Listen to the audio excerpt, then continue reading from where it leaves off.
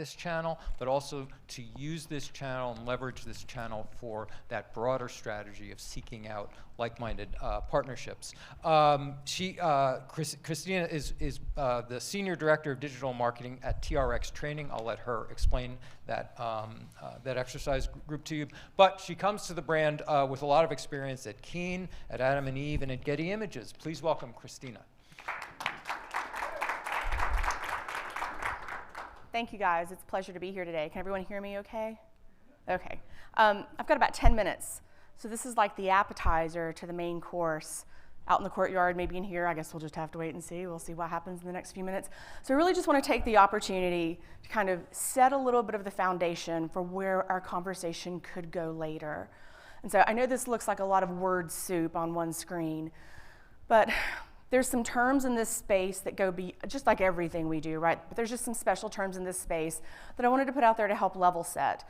And before I decide how deep I want to go on this or on a few other slides, can I just get a show of hands in here to help me understand who in here right now has an affiliate program at the company that they work? Okay, it's about a third of the room. Keep your hands up if you work on that affiliate program.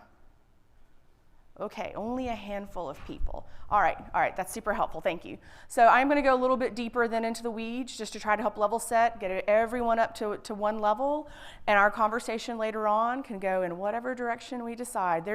I will say, like 7 years ago when affiliates first landed on my plate, I'm not gonna lie, I was just like, oh, geez Louise, coupons, great. I started in performance marketing in paid search, and to me, affiliates was like the redheaded stepchild of channel marketing, and I wanted nothing to do with it. And I've since come to learn there's more than just coupons to affiliates. And in fact, there's more than just lower funnel to affiliates. I think actually the sky is the limit with this channel, and I think this might actually be one of the best kept secrets in digital marketing, at least in that those traditional digital marketing tactics that some of us old folks are still using. So I'm going to hit on a few terms here. Hopefully these all sound familiar, make sense. This is Kristina's dictionary, by the way, so this may not be the official verbiage, but hopefully it's at least enough to get you going in the right direction to understand when I start to talk about affiliate network or a flat fee replacement, you'll have some context to understand what I'm talking about. So I'm just going to hit on a few of these terms that I will absolutely dig deeper into during the roundtable and offer more than just the nice dictionary term. So I want to call out affiliate network. This is going to be really important. I'll talk about this a lot, particularly as it relates to the technology capability. This is any third-party vendor who will allow you to work with them so that you now have technology in which you can track whatever that activity is that you want to track. Yes, it's like the tracking capabilities we have with a Google or with a Facebook. This is just this particular advertising channel's technology platform. Got a couple of examples up here. These are just the big guys in the room. There's even more. I've worked with a handful of these previously. There's a lot of pluses and minuses to each of these guys. Happy to dialogue about that later. That last point's really important because I know for a lot of us, affiliates might be like an overwhelming thing of, wow, I've got to go make a crack at this myself. There's very often account management capability at the networks themselves that they can provide, and who better to understand their technology and even at times the affiliate partners you could work with than the networks themselves. So that's kind of like a little best kept secret for me in terms of how I've worked with affiliate networks previously. I'm going to call out commissions. I'd like to think that's a little straightforward. Just want a little bit of a cautionary tale. I've had partners over the years call them kickbacks. I want to be really clear, if there's any lawyers in the room, it's not a kickback, it's a commission. That can be a percentage of sales that we pay, that an advertiser pays. That could be a flat dollar amount as well. There's a whole lot of other things you can do in this space. Those are just the two most common kinds. And the dollar amount is particularly interesting in which that transaction has no dollar value. So what if you're working with affiliates because you want leads? So you're looking for emails. Well, there's no dollar value necessarily, so a percentage commission is going to be zero. Or what if you're selling a free subscription to something? Well, any percent of $0 is still going to be a $0 amount. So that's when you might need to go to that flat fee structure to contemplate how you would compensate your affiliate partners accordingly. I'm going to call out lastly placements, and then I'll move on. Placements is it's a generic term in the space, just simply trying to indicate any marketing activity, usually for a cost or potentially a change in commission structure that you may use to activate with your affiliates.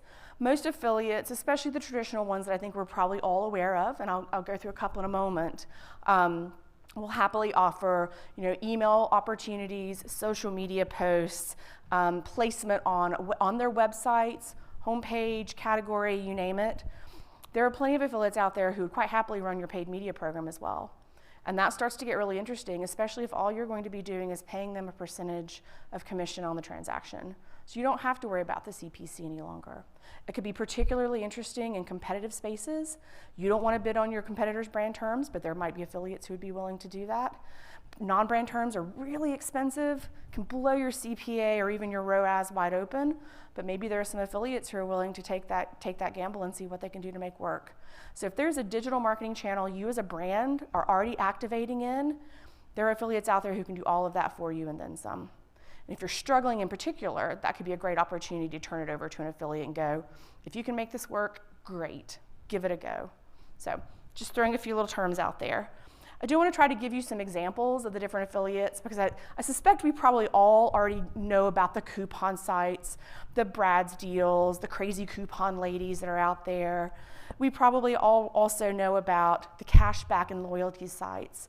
Honey is a great example. I'm curious, how many in here have Honey or Retail Me Not or Rakuten on as browser extensions? Oh yeah, okay, there we go. That's a healthy number of folks. I gotta tell you, I don't think I've paid full price for anything in the past 3 or 4 years. Why should I when I've got opportunities that are literally landing in my lap now, telling me that there's a coupon available and it works?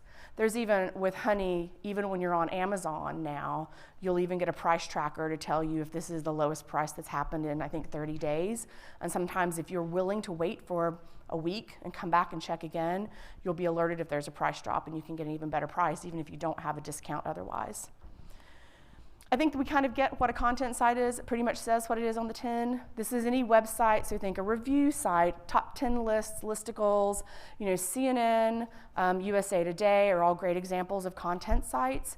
These are sites in which you may work with them and offer them your own content in which they're talking about a particular product or your brand, or they're organically creating their own content and will place affiliate links within that particular article that's directing to your site. Maybe there's a coupon code associated, maybe not, to be honest with you.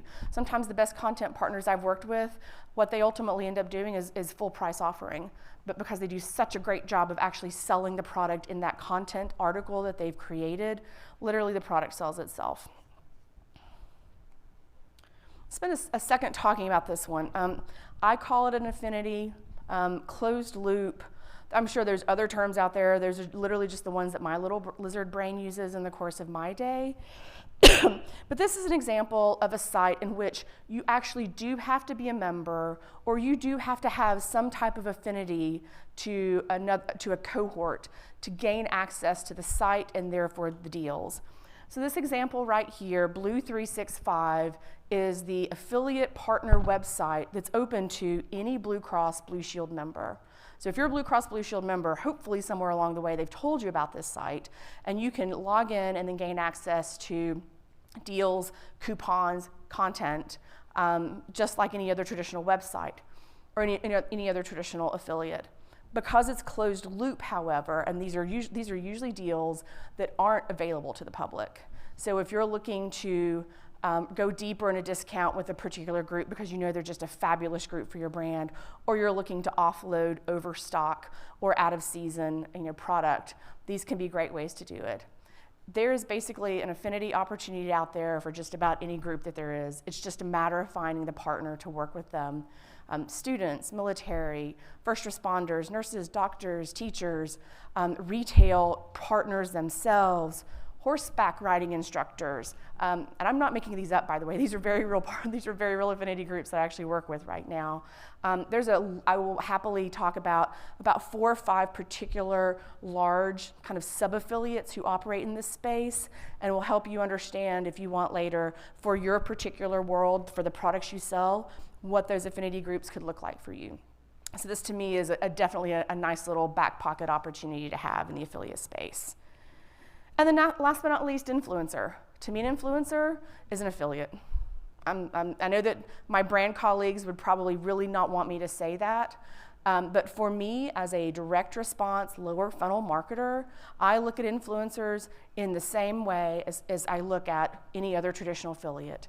If you're talking about my product, if you're amplifying to your audience the awesomeness of the product that I sell, I want to monetize that relationship with you. And in particular, I want to give you the opportunity to monetize that relationship with me. Maybe there's a coupon code, maybe there's not. Maybe there's a giveaway, which is what this is, maybe there's not. There are so many endless opportunities, particularly in this category, I think above and beyond a lot of the other categories, as to how you activate your potential customers.